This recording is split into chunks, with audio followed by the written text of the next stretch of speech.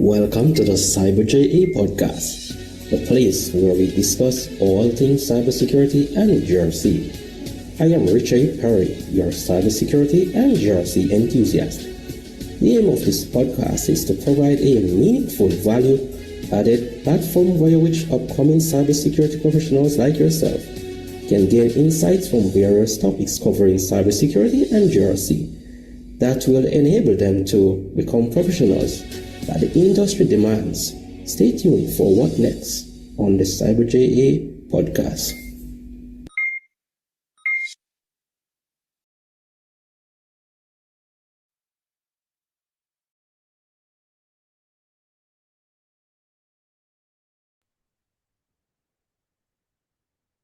Today on Cyber JA, we have someone who has been nominated as one of the 30 security experts to follow for 2023. And he's also the VP and CISO at Zscaler. Sam, welcome to Cyber JA. Thanks for having me here. Looking forward to the chat. Great, likewise. Sam, as I looked at your profile, which I've actually done in many previous cases for persons that I've actually had, these conversations with, there are a number of questions that actually comes to my mind, especially for those who are starting out in the InfoSec field. And at times it might be even intimidating when these persons look on, not really understanding the background and the story behind all that they're actually looking at. And one of those being, oh, have you, one of those, the questions that persons might be asking is that, oh, have you been able to navigate your way to where you are now in your career?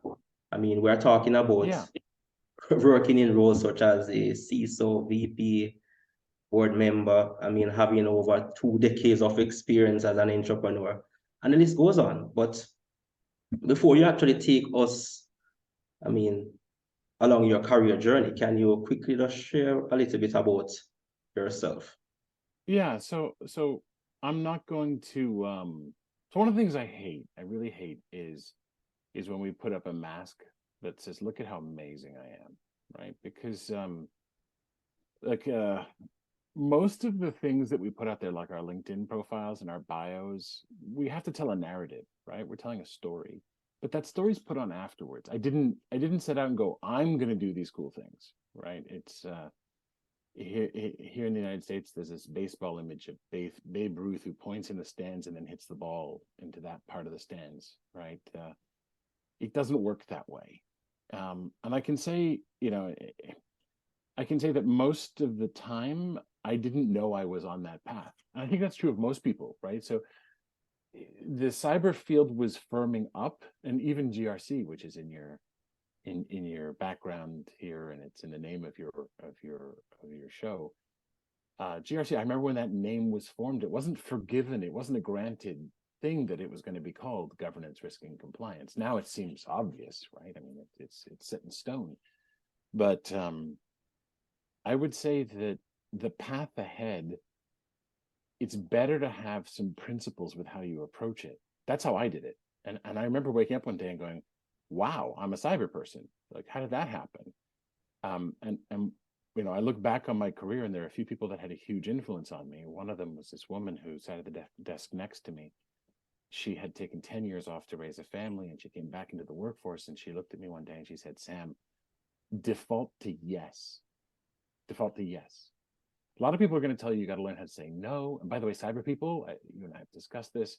We say no really easily. We're known as the Department of No, right?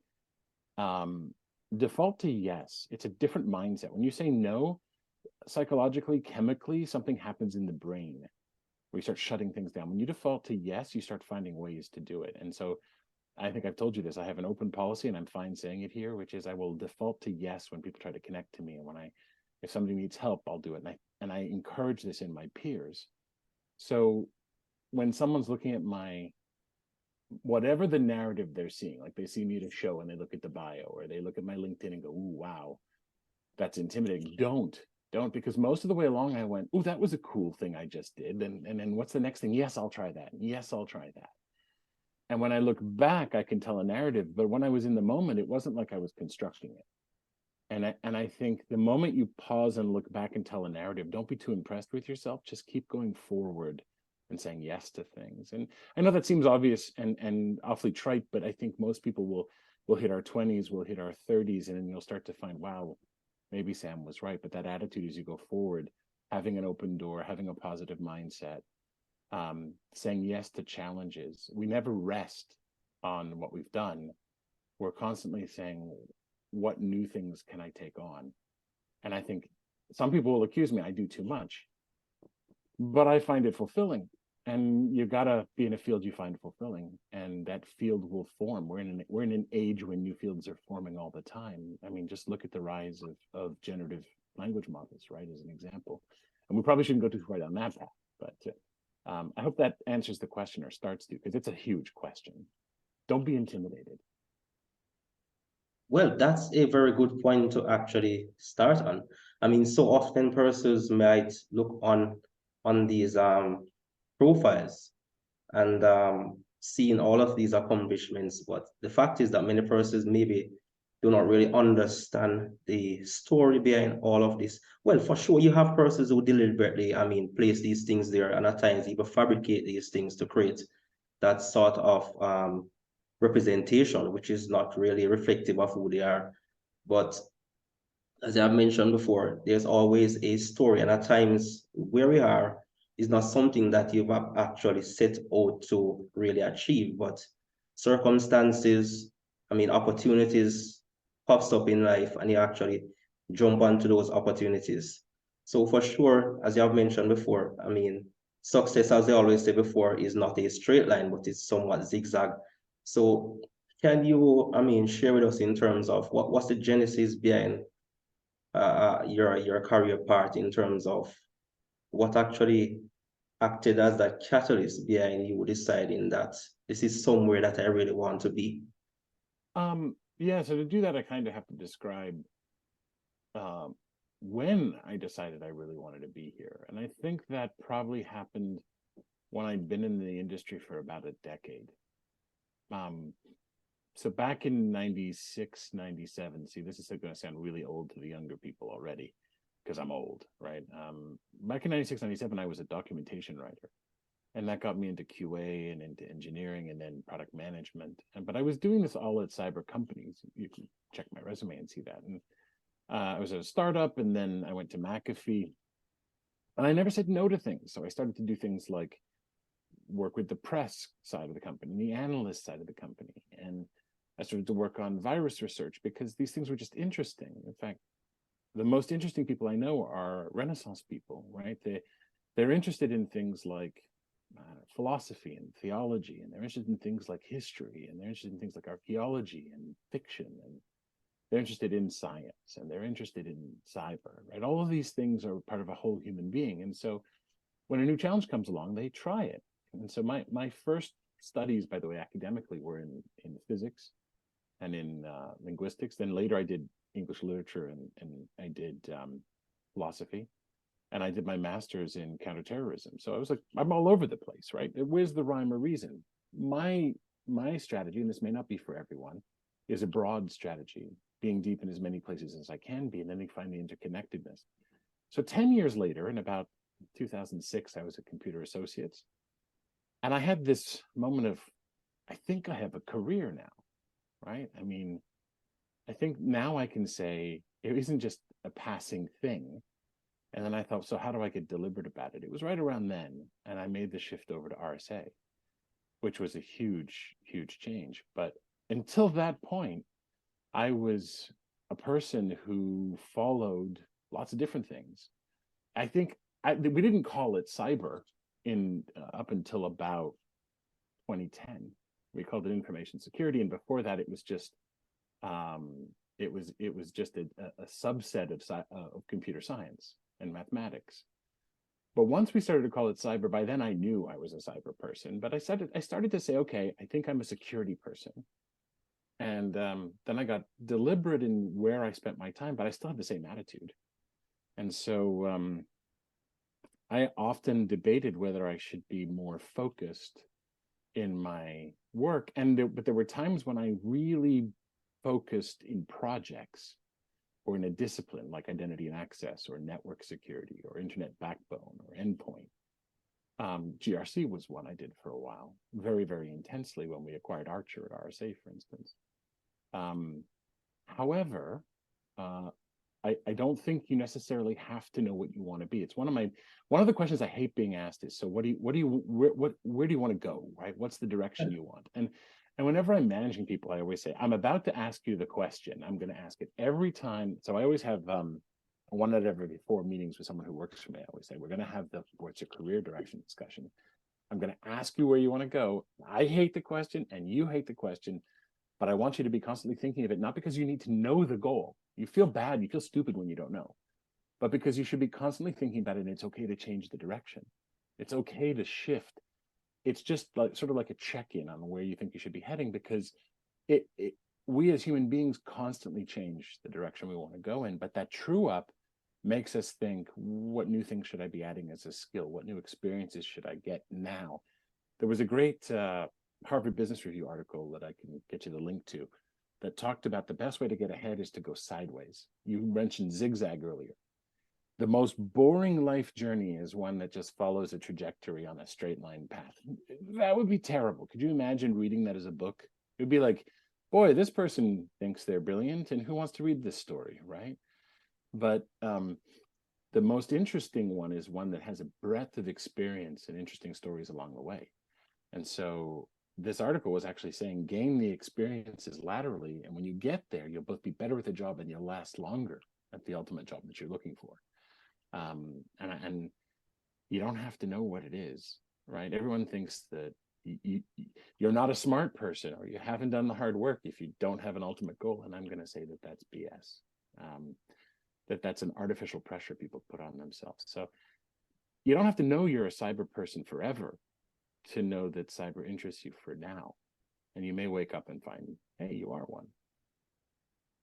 Yeah, that's very interesting there. As you spoke, I actually reflected. When I actually started out, many persons, to be honest, I never knew that I would actually be in information security or cybersecurity today. I was always attracted to the built environment, architecture, engineering. That's where I actually did most of my studying back then. Made up that decision to further my career in architecture. And then I And actually, you might go out of it too, right? I mean, you can go in and come out and it's okay. that's it. And that's one of the things I always say to persons, that even though you hear these various advices, at times you have to make yourself flexible. As you said before, have that open door policy, having that open mind to capitalize on various opportunities that present themselves. Because at times you want to get maybe into cyber, but the fact is that there's an opening within an organization or maybe a nonprofit or somewhere that you can actually assist and to apply your skill set, maybe not directly in the field that you want, but all of this makes you a complete individual in terms of having that holistic approach to what it is that you do. So, what you've said is quite, a very valid point there. Now, as you think about your journey along the way, can you talk about some of those, challenging experiences that you would have had, along the way in the various job roles, or as Yeah. you try to progress, through the various, aspect of your career? Yeah, there's been several. The most obvious ones are things like when I was at RSA and we had the RSA breach. That's one of those things that you never forget. There are others, though. Anytime you change companies, you're forced to reevaluate what you think is the cause of your successes or failures. So we talked about narratives, right? There's the narrative that I put on LinkedIn, either intentionally or by default. There's the one that gets told in the bios when I speak at a show. But there's an inner narrative that we tell about our journey. We also put one in our resumes, by the way.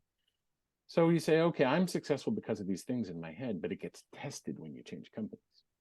So every time there's a shift in who your manager is, or the environment around you, or the company you work at, it puts it to the test. And usually what you'll find is you stumble that first year you switch companies. And so it's not an easy thing, and it forces you to be honest, reevaluate, figure out what you truly want, what you're good at, what you're not good at, what you enjoy doing. Those difficulties are hard. Some of my, if you look at my resume, I've got some companies I was at 5 years, 7 years. One company I was at for 8 months, one for 2 years. They tell a story too. This is part of the growth. Big challenges. Some of them are career related. Obviously, COVID was tough for everybody. Having children was a forced life work balance, and having to. I was a bachelor. I didn't get married until I was 39, right? And then I had a baby at 41. And I had traveled constantly for my job. It wasn't even an issue. I'd get on a plane, I'd fly somewhere. I have a baby, not so much now, right? And then I have 2 children. Right? How do I balance that out? My wife opened a small business. How do I balance having 2 children, a wife who works and now goes on business trips, and now I go? So how do we balance that? Those are the things that are perhaps most difficult. What I began to realize is work-life balance was a bit of a mirage. It would sort of recede into the distance. I was both always working and always living, and so I stopped worrying about it as much and made sure that I was prioritizing in the moment, right? And that my children were always near the top of the list. But it's hard to pick anything off the top of my head. Most of the challenges that I had were in smaller companies about existential issues. How are we going to make the payroll? In larger companies, sometimes, how are we going to make the quarter? In security, how do we get through this crisis? How do we deal with an incident? I don't know if that's the sort of thing you're looking for, but hopefully it's broad enough. I can narrow into any part if anything interests you. Sure. I mean, you have actually outlined quite a number of important points there. I mean, what is there? I mean, any particular, I mean, situation that actually occurred within your job roles that actually helped you to become a better, I mean, professional, I mean, in terms of where you're at right now? Because the fact is that at times persons come across these various roadblocks along their career path and they give up in terms of moving forward, not recognizing that in the midst of everything that happens around us, there's always some opportunity to excel beyond where you are. And I mean, I can actually attest to that to a great extent. Yeah, so I've been very fortunate to be an executive for a large part of my career. But I'm going to say this, almost everyone I know has, I'm reminded of the book Moby Dick. Captain Ahab had his white whale, the thing he was chasing. And I sometimes say that every executive, and I think every professional, certainly in white collar work, has their white whale. They have the thing they think they're destined to do and be, and defines them. For me, believe it or not, that was product management. I thought I am built for product management, and I still think I am a great product manager, right? But the maturity came when I realized that actually that's not what I should be doing. And I let the whale go, right? When I realized that my natural slot in an organization is a CTO, CSO role. If I was not in a security company, it would be a CTO. If I'm in a security company, it's probably the CSO, because the two blur there, right? A CTO in a non-security company is somebody who's a voice of technology. They are an agent for change, and they're operationally excellent at innovation, right? That's the role.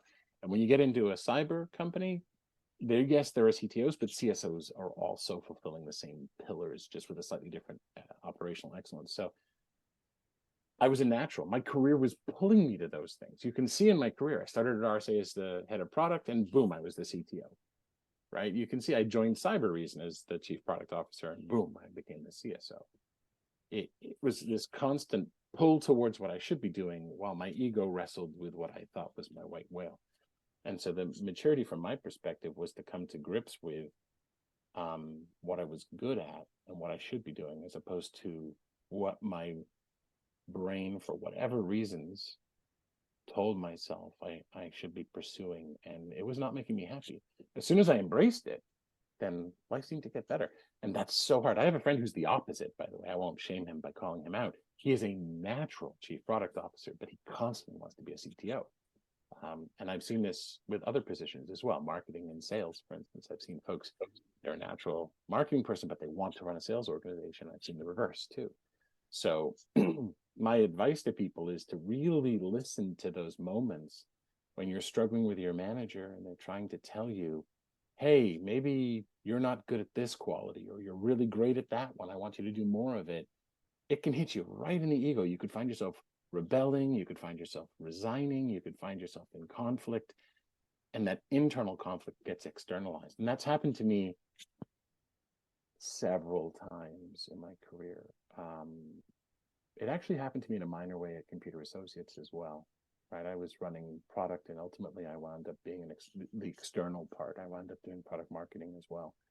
But yeah, my advice to people is to listen to that and to watch what is your white whale, and where is your sweet spot, and look at the conflict between the two. If they happen to be the same, congratulations, you are doing a great thing. I don't believe in destiny, but I do believe that there are some psychological things and how they meet up with the culture of companies, and what you enjoy doing every day, and the kinds of work you enjoy doing, that you should be paying very close attention to. Sure. And I mean, I really like those perspectives in terms of the way you've actually um, spoke on those points. Because the fact is that many persons try to, as it relates to their career development, see this as something that they want, that instantaneous results. They want that straight line, I mean, into where it is that they really want to go. But understanding that, I mean, for example, within my case, I tried so many things. I actually did so many, trying to find where it is that I actually shine the most, where it is that I'm able to add more value the most. I mean, and it took a number of years. And at times, persons do not want to really have the patience to try to develop your skill set and to have that holistic approach to try various things, recognizing that the part that you maybe want to get into may not be the part. So you have to have that open mind to actually try a number of various options to get to where you want. Now, as you look back, I mean, as you went along your journey, what are some of those skills that you develop? I mean, some of those skill set that you had to acquire that you can say, yes, these are some of the things that really contributed the most to, I mean, my level of competence as a professional. Wow. The funny thing is, I don't think they were cyber, because I've always been that was going to happen anyway. So what I mean by that is I was immersed in information security and cyber and always had a natural talent for it. The harder thing was the leadership skills, the soft skills, the formalized training in business skills. So I'll give you an example. When I was at McAfee, I was identified by the PR team as being a natural speaker. Great. They put me in some interviews. That's awesome. They lined me up for media training. And I'm thinking, well, aren't I a natural speaker? Like, why do I need this training? Right. I was young, in my 20s. They put me in it.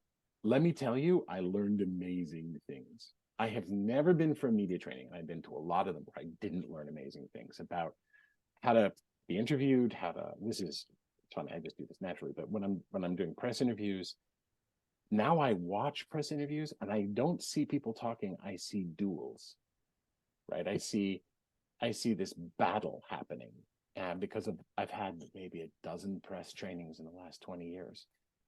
The same thing is true with management and coaching and leadership training, that when you develop a language for this stuff, it's incredibly powerful. Soft skills, I prefer the term power skills, right? How to present. I had to give a presentation for a conference called Deep, where I'm Mr. Professor, right? So when I presented, I used to be like, I have got things to tell you. Let me show you slides, right? Slide. And this guy came in and said, you got a lot to say. He said, don't say it. I'm like, what? He told me about many different narrative styles. He said, pick a story flow. You can tell the quest story. You can, which is a Joseph Campbell allusion or reference. He said, you can tell rags to riches, right? Which we know from Hollywood, these stories, right? He said, you can tell a tragedy. He said, I wouldn't go with that one, right? But he said you can go, and I chose one called Stranger in a Strange Land. Like I arrived as a CISO and I'm in this strange environment. And then he said, then he gave me tips for presenting. It was almost like how to give a TED talk, which by the way are 18 minutes. And the reason they're 18 minutes is because people lose attention after 20. They stop. And by the way, when it's in Zoom or online, it's 7. You have to change content. You have to mix it up. And that kind of training, you don't get except through hard experience and actually scientific research. And so when someone gives you this body of knowledge, when you internalize it and use it and see it work, you're getting superpowers, right? And the same thing is true of learning about corporate cultures, of which there are 4 kinds. And I learned about that and how to manage people and how to recognize why your relationship with a subordinate or with your boss is going poorly and how to back it up, right? And then extend it. That kind of training, especially in your core business or whatever company you're at, is the stuff that you're not going to pick up unless you try. I mean, we could go on in areas in terms of this conversation. We should have more of these, is what we should do. For sure, definitely. I look forward to those conversations. The thing is that I'm always intrigued by wisdom in terms of experience. And one of the things is that at times I wish I had that level of direction, guidance. I mean, back then when I was actually trying to figure out the various avenues to get into what I mean, life is such that at times things do happen for a particular reason. So those are the things that actually gives us the experiences that we can actually provide that level of guidance to other persons within the industry. So you have actually touched on a number of important aspect avenues that we could continuously, dive into to continue having this conversation. But there's just one last question that I really want to ask you before we actually conclude our conversation. And I mean, what is that one career advice that you would love to share with those who aspire to be where you are at, for example? Well, I wouldn't aspire to be where I'm at exactly. I mean, I would aspire to have a sense of curiosity and to pursue what is fascinating to you. I hope rather that people get to a point in their career where they feel like they've got a sense of achievement and that they're growing. The most amazing thing is that the reason I have an open door policy is because I continue to learn. If we were born with wisdom, what's the point, right? Exactly. Wisdom grows as we go, and the more I share what I have, the more I get. So in conversations like this, I'm learning about you, and I know that somebody will see this and contact me, and I'm going to learn about them. And like I said, I'm old, I'm 50. Man, I'm only 50 is how I look at it, right? I'm interested in what the next 30 years are going to bring. My dad is 77, and he's still growing and learning. And he just took a course in quantum computing.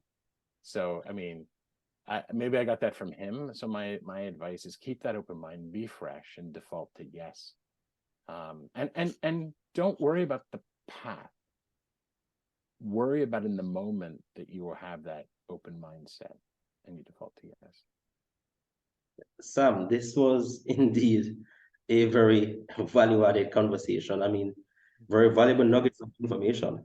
And for sure, I definitely, enjoyed having this conversation with you and look forward to many more conversations like this. Let's do it again. And thanks for having me. Awesome. And I look forward to it. I mean, guys, I also recommend connecting with Sam. Look at his profile, the various, articles, posts, his featured items. And everyone, until then, stay tuned, stay connected for all future recordings on the Cyber J show with me, your host, Richie Perry.